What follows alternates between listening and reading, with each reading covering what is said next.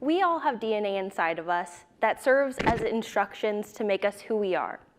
Think of this DNA as a document.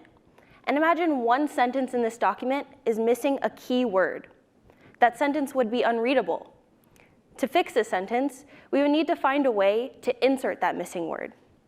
In the Johnson lab, this is exactly what we're aiming to do with DNA. There are over 10,000 different diseases in which a single functional gene is missing. Due to this unreadable sequence, the body doesn't function as it should. If we were to insert a healthy version of this gene into an individual's DNA, they could be cured. But unlike a document, we cannot just insert a gene anywhere in the DNA. We need a safe location.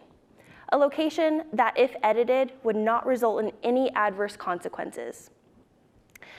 Toward this aim, I'm evaluating a specific DNA location that could be safe for gene insertion. This location determines if you have a positive or negative blood type, and is called the RHD locus.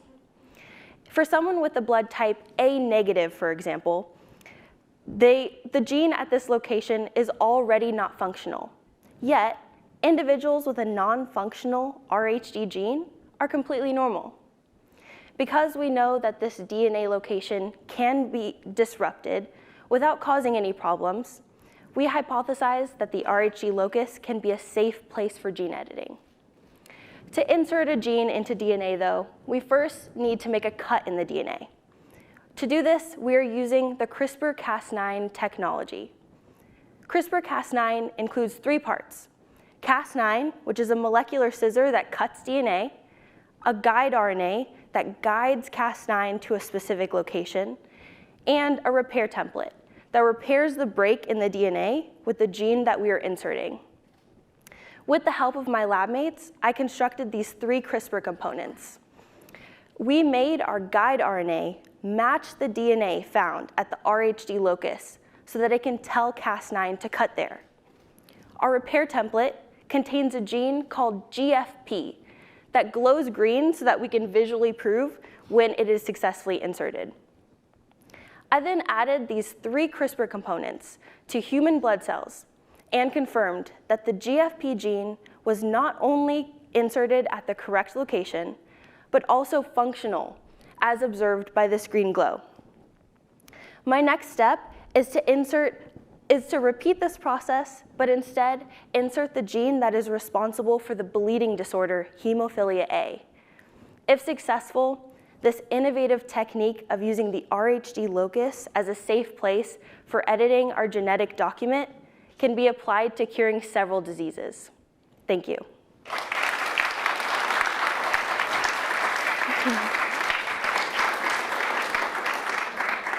Wow, that's some unbelievable research. It almost sounds like something out of a science fiction movie. It's very cool.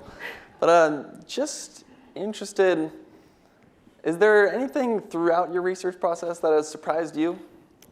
Definitely, the whole process can be very challenging, but just getting a successful result or doing something correctly is super rewarding in the end. And I think that was probably the most surprising part of it for me. Nice. And then is there any plans to take some of the research you have and kind of apply it into the field and actually start curing some diseases? Yeah, so it would be really cool. With our next step, we're going to insert that gene for hemophilia A.